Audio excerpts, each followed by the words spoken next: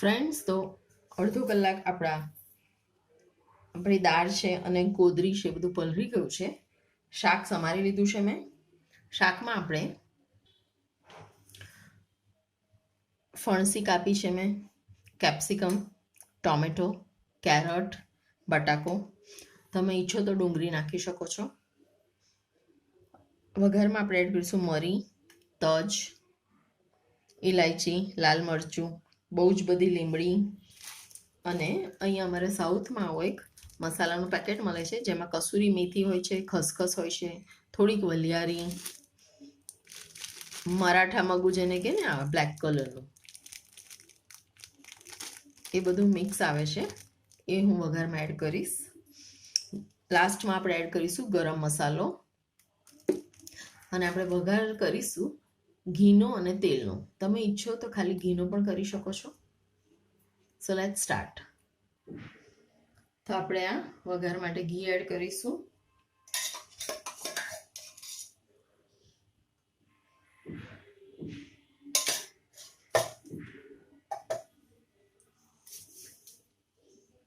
તેલ હું એડ નથી કરતી, આજે ઘીમાં જ બનાવીએ આપણે. તો ઘી આપણું ગરમ થઈ ગયું છે. સૌ પ્રથમ હું હિંગ એડ કરીશ. થોડી આગળ પડતી હિંગ એડ કરીશું.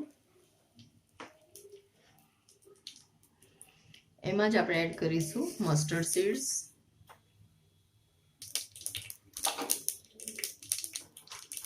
હવે આપણે એડ કરીશું જીરું,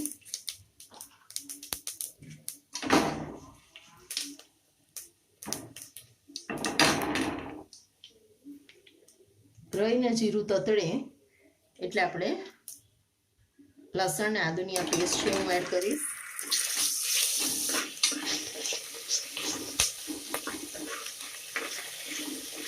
લસણ તમારે ઓપ્શનલ છે, નાખવું હોય તો નાખવાનું, નહીં નાખવું હોય તો કંઈ નહીં.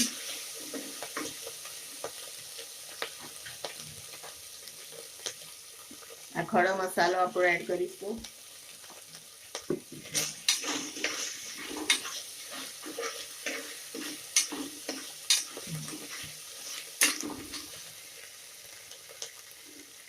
આ મસાલો પણ ઓપ્શનલ છે, મળે તો નાખવાનો, નહીં તો કંઈ નહીં.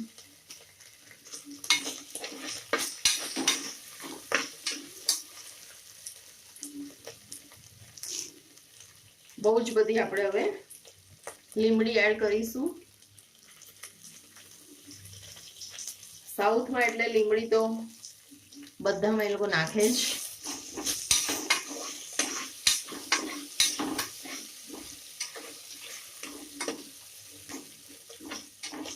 એક પછી એક હવે આપણે બધું શાક એડ કરીશું.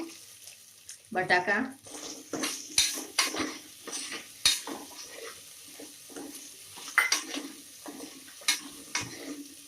ફણસી એડ કરીશું.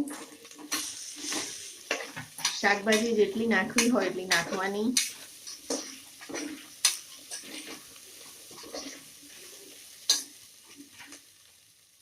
આપણે હવે ગાજર એડ કરી દઈશું.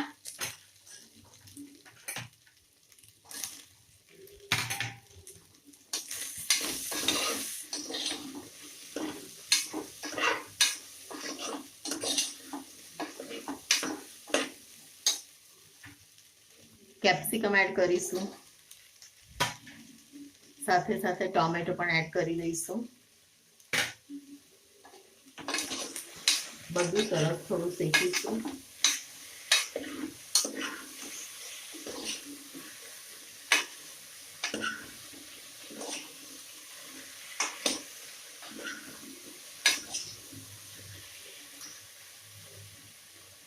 હળદર એડ કરીએ હવે આપણે.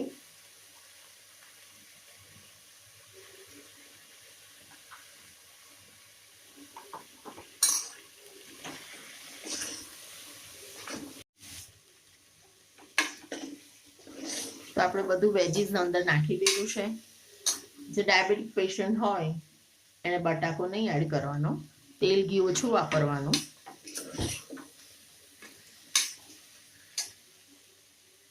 હવે આપણે એમાં આ દાળ જે આપણે પલાળીને રાખી છે એ એડ કરીશું વિથ વોટર.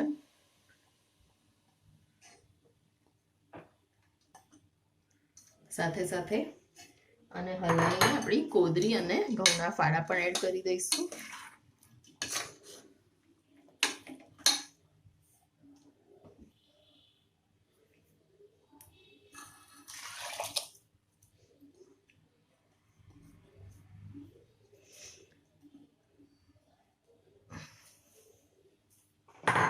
કોદરી પાણી વધારે પીવે છે એટલે મારે વધારે પાણી એડ કરવું પડશે.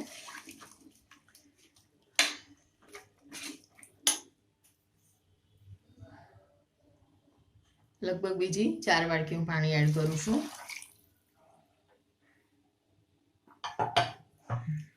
હજી થોડું એડ કરીએ કારણ કે ઢીલી ખીચડી સરસ લાગે.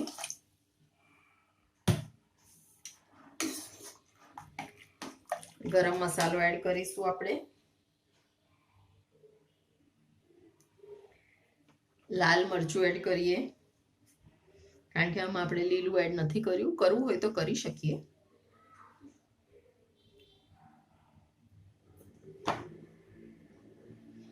ધાણા જીરું,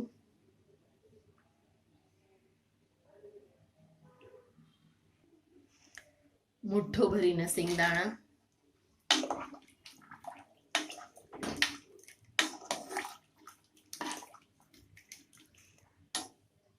જેના વગર સ્વાદ ના આવે એ મીઠું હવે આપણે એડ કરીએ.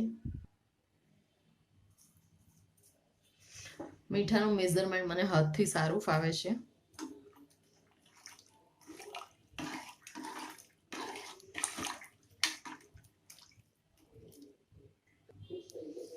લાસ્ટમાં આપણે એડ કરીશું રજવાડી મસાલો, 1/2 ચમચી જેટલો. બધું સરસ હલાવી દઈશું.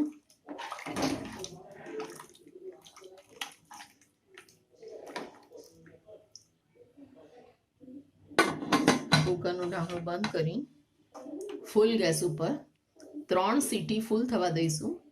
4થી સીટી વાગવા આવશે એટલે ગેસ બંધ કરી દઈશું અને આ બર્નર ઉપરથી બીજા બર્નર ઉપર આપણે કુકર શિફ્ટ કરીશું કારણ કે બર્નર ગરમ હોય તો નીચે ખીચડી અમુક વાર ચોંટી જતી હોય છે.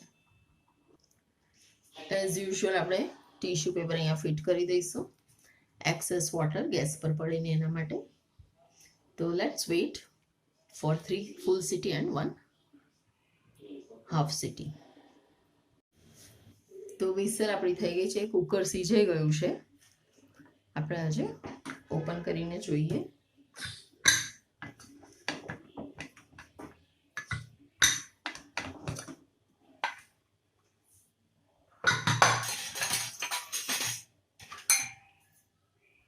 વાવ, સરસ ઢીલી ઢીલી ખીચડી થઈ છે.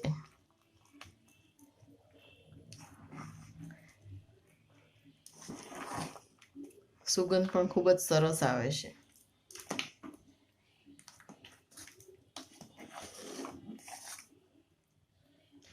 હવે આપણે એને બાઉલમાં સર્વ કરીશું.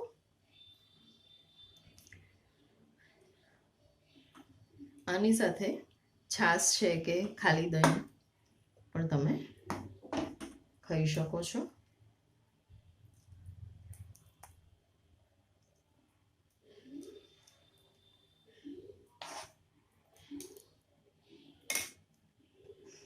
ઘી વગર તો ખીચડી હોય જ નહીં.